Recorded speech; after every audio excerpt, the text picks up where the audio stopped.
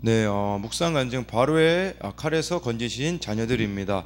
전 남편과 이혼한 후 저는 직장에서 지금의 남편을 만나 재혼했습니다.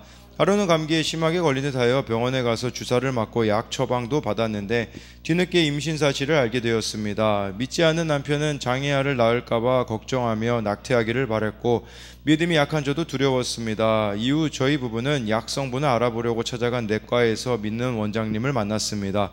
그분은 장애아를 입양해서 키우는 사람도 있는데 하물며 자기 자식을 왜 못 키우냐 하며 낳아서 키우라고 하셨습니다.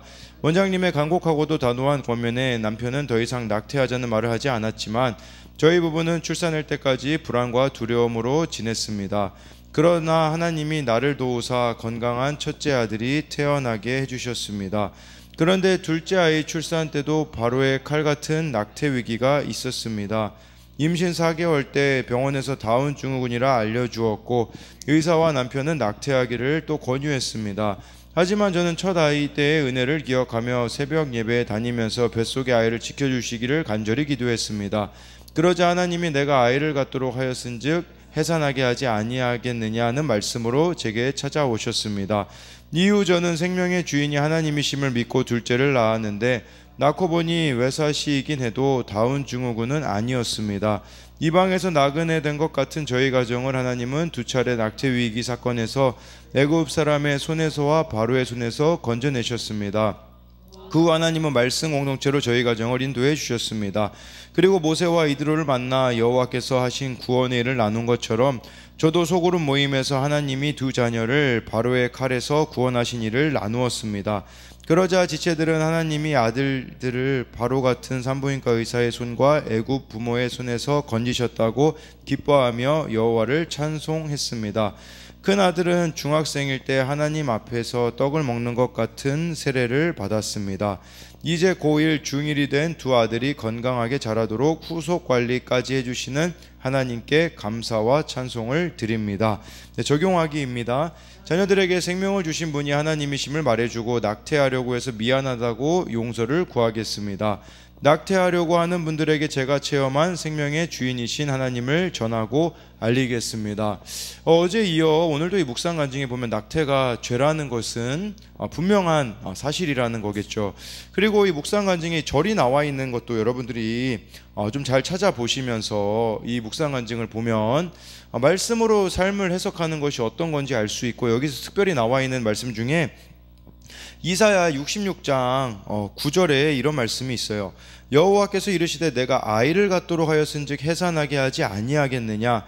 내 하나님이 이르시되 나는 해산하는 이인즉 어찌 태를 닫겠느냐 하시니라. 그러니까 이 임신하게 하는 것도 결국은 해산하게 하는 것도 다 하나님이시라는 것을 말씀해 주시기 때문에 우리가 낙태는 안 된다라는 것을 이것을 통해서 알아야 되고, 또 여기 믿는 원장님이 그렇게 이야기했다고 하잖아요. 장애아를 입양해서 키우는 사람도 있는데 하물며 자기 자식을 왜 못 키우겠냐며 낳아서 키우라라고 이렇게 말해준 것이 또 이 가정에 또 얼마나 또 큰 축복이었는가.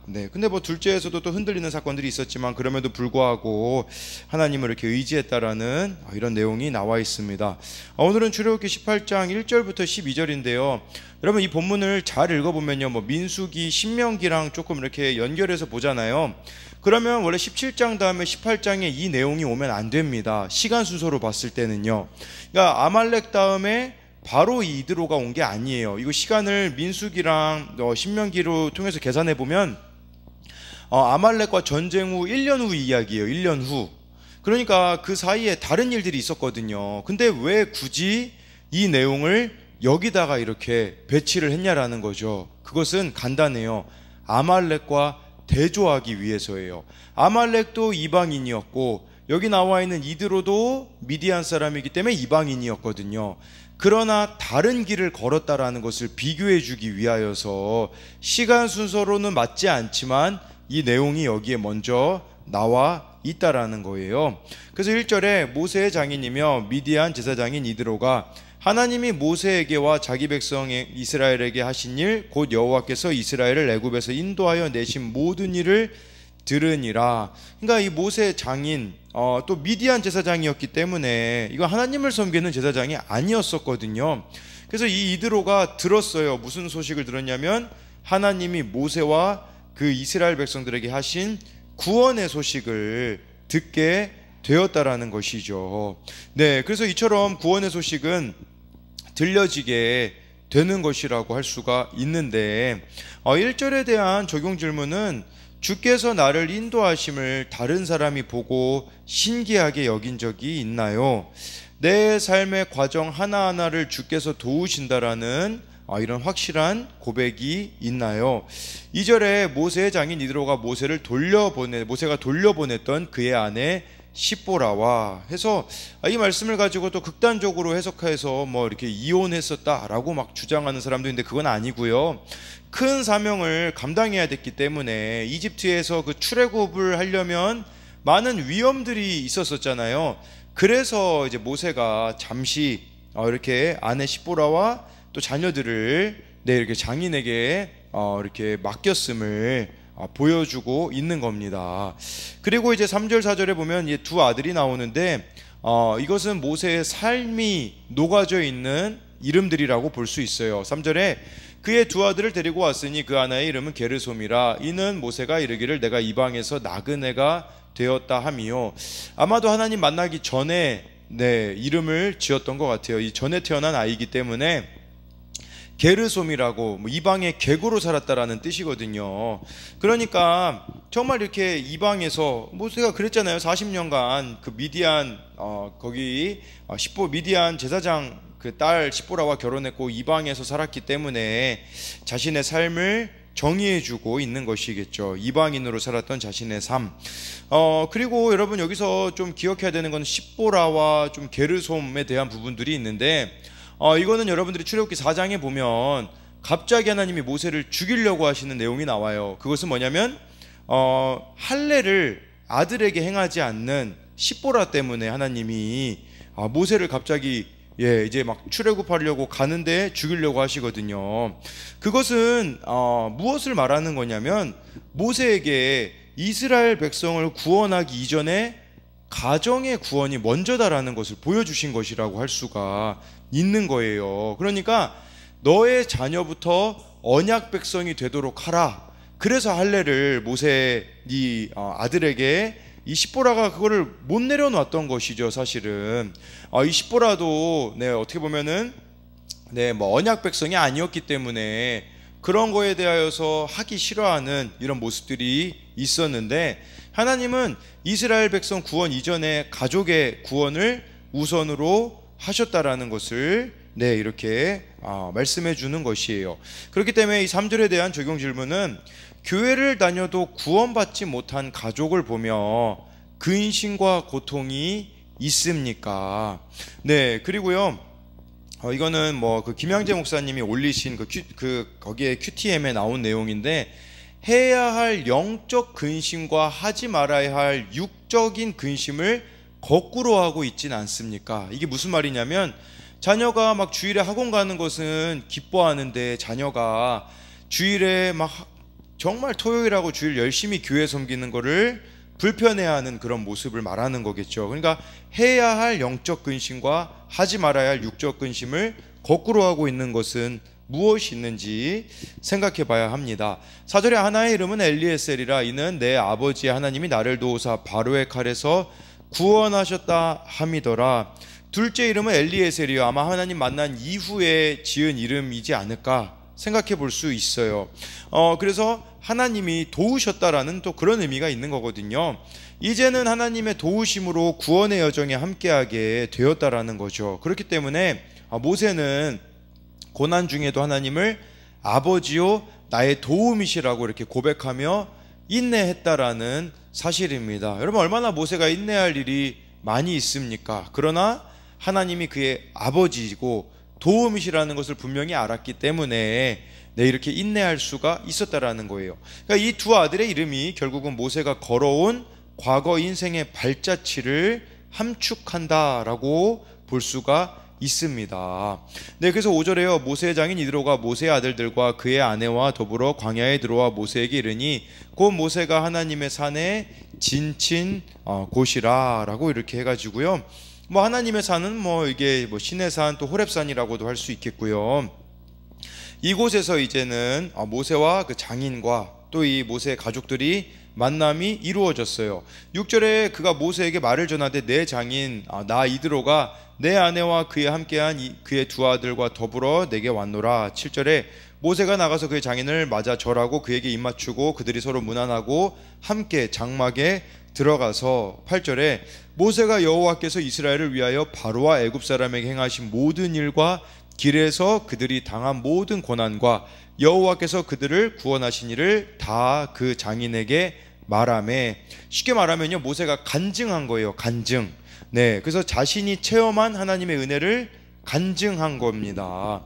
그래서 이런 간증은 다른 사람과 이 은혜를 나누는 좋은 방편이 되고, 간증은 믿는 자들에게는 신앙을 더욱 굳게 하고 성숙한 신앙에 이르게 하지만 믿지 않는 자들에게는 하나님의 어떠하심을 깨닫고 하나님을 믿는 신앙을 가질 수 있도록 도와준다라는 것이죠. 그렇기 때문에 우리는 하나님의 증인으로서 하나님이 행하신 일을 증거해야 한다라는 것을 이렇게 말해주고 있습니다.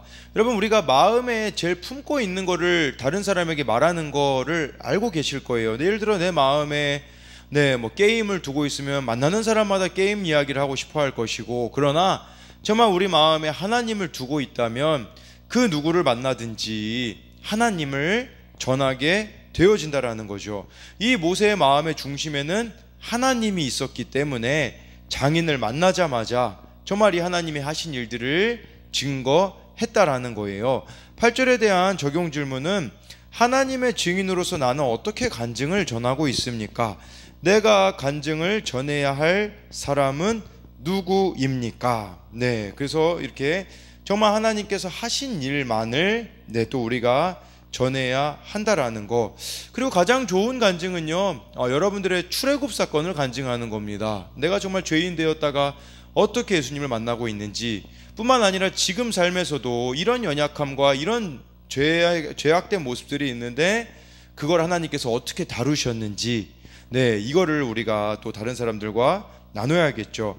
9절에 이드로가 여호와께서 이스라엘에게 큰 은혜를 베푸사 애굽 사람의 손에서 구원하심을 기뻐하여 라고 해서요, 이 간증을 듣고서는 참 기뻐했다라고 하잖아요.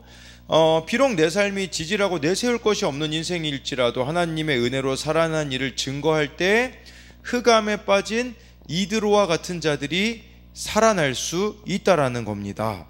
모세는 미디안 제사장인 그의 장인 이드로에게 이렇게 이스라엘 자손을 애굽에서 구원해 내신 하나님을 또 이스라엘 자손뿐 아니라 이 이드로에게 전함으로써 하나님은 이스라엘만의 하나님이 아니라 열방 모든 민족을 아우르는 창조주라는 것을 전했다라는 거예요. 그러니까 구원이 이스라엘에게만 있는 게 아니라는 것을 말하는 거겠죠. 이 지금 이방인인 이드로도 이렇게 이 구원의 반열에 동참할 수 있음을 가르쳐주고 있는 거예요. 이게 원래 하나님의 뜻이었거든요.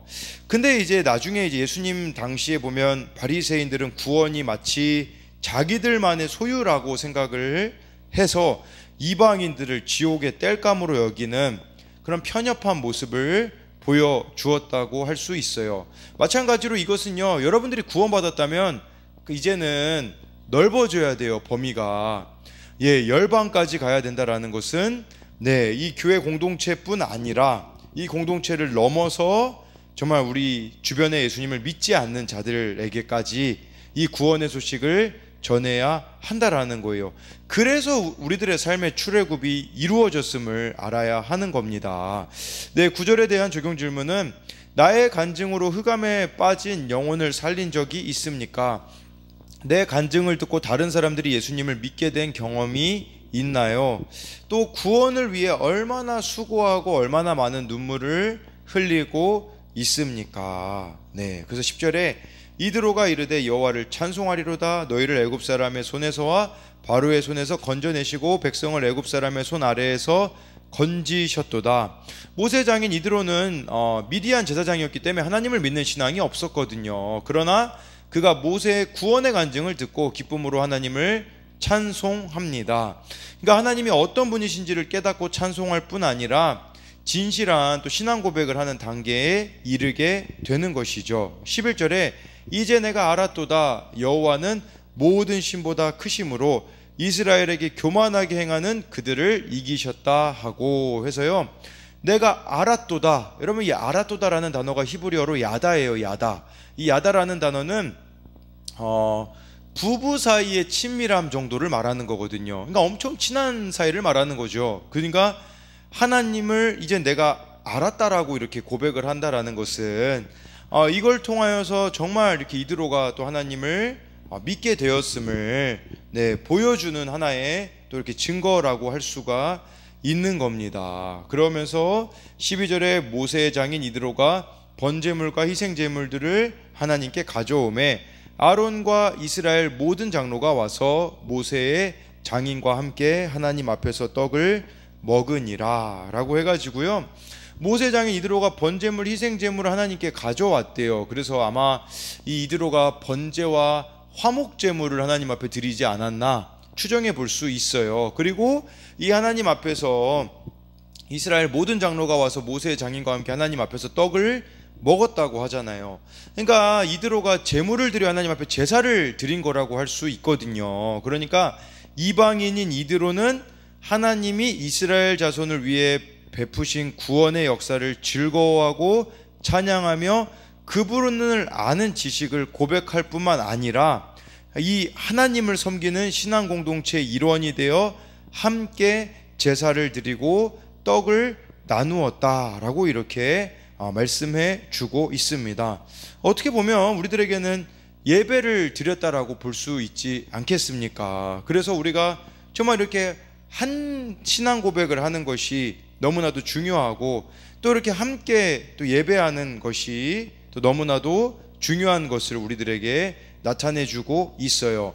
두 가지 길이 있다라는 거예요. 하나는 아말렉처럼 정말 하나님 믿는 자들을 이렇게 핍박하는 자들이 있는가 하면, 다른 한편으로는 같은 이방인이지만 이드로처럼 하나님 앞에 돌아오는 자들이 있다라는 거죠. 근데 그걸 생각해 봐야 돼요.